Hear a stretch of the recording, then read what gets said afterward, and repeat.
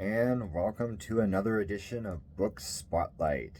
Here we are. This time we're going to explore my called Blood of My World trilogy. It's a novella trilogy that I wrote, and it's vampire romance. Now, before anybody groans, oh, vampire romance, no, really. And I know some of you out there like it too, so that's good. But yeah, before the groaners start, this is different. This is a different type of vampire romance. This is about, well, of course, there's the love angle, and I don't write, like, when I've read a love story, I don't write a romance story, your traditional romance story. I write a love story. It's different. It's from the heart. It's tender. It's usually bittersweet. There's always a tragic angle to it, because that's how real life love is. You know, love has its ups and downs, good and bads, you know, bumps and grinds, and also smooth sailings. So I try to bring that into when I write a love story. So anyway, what is this book called? Discovery of Death. And that's thematically, that's what the book is about. See, what happened was the two main characters, Zach and Rose, they had fallen in love in high school, and it was their first love. It was deep and profound, but then suddenly everything gets interrupted because Zach was missing, and we don't know where he is or what's going on. And so then the relationship ends, and during Zach's absence, Rose, the female protagonist, she finds out a secret about herself. And so what I wanted to do with this book was, of course, introduce the characters. I wanted to really cement their love for each other. I brought in some of my own experiences through the page as well, and really lock that part down, because that's the part that anchors the remainder of the series.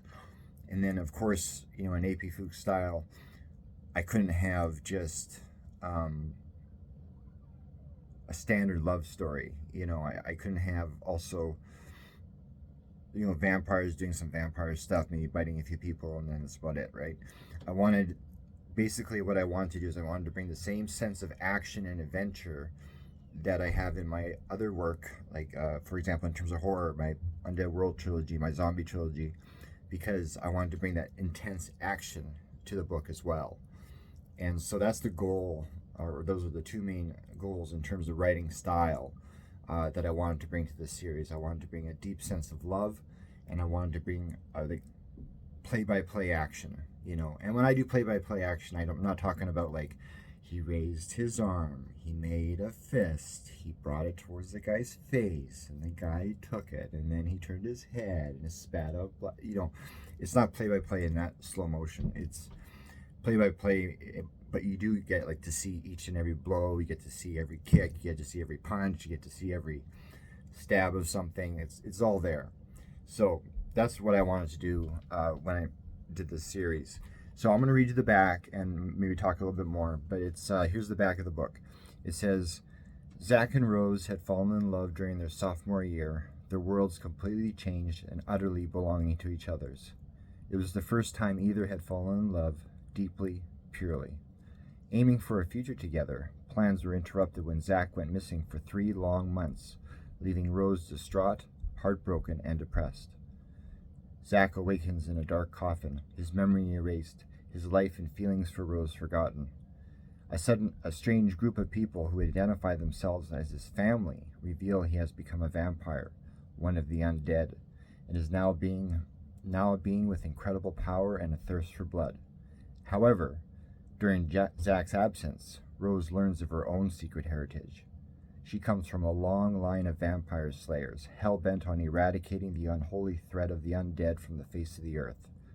Now, not only does she need to try and get over the young man she loves, she must also come to terms with her new life and what that means for her future. It is only when her path accidentally crosses with Zach's does lost love begin to surface again.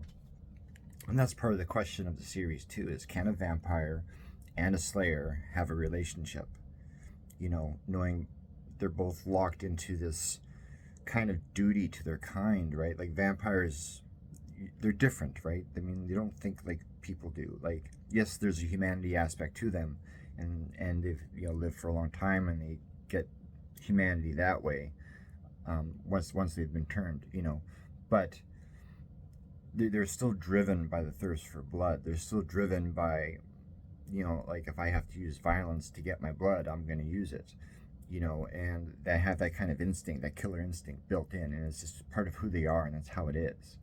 And then, in terms of a slayer, well, a slayer is the same sort of mindset. It's yes, they have their humanity and their kindness and their goodness, but at the same time, they have this sense of duty, and what they need to do is get rid of vampires, and they know how dangerous they are, right? They know what vampires do to people. Like, not only do they kill the person, and then the person becomes one of the undead.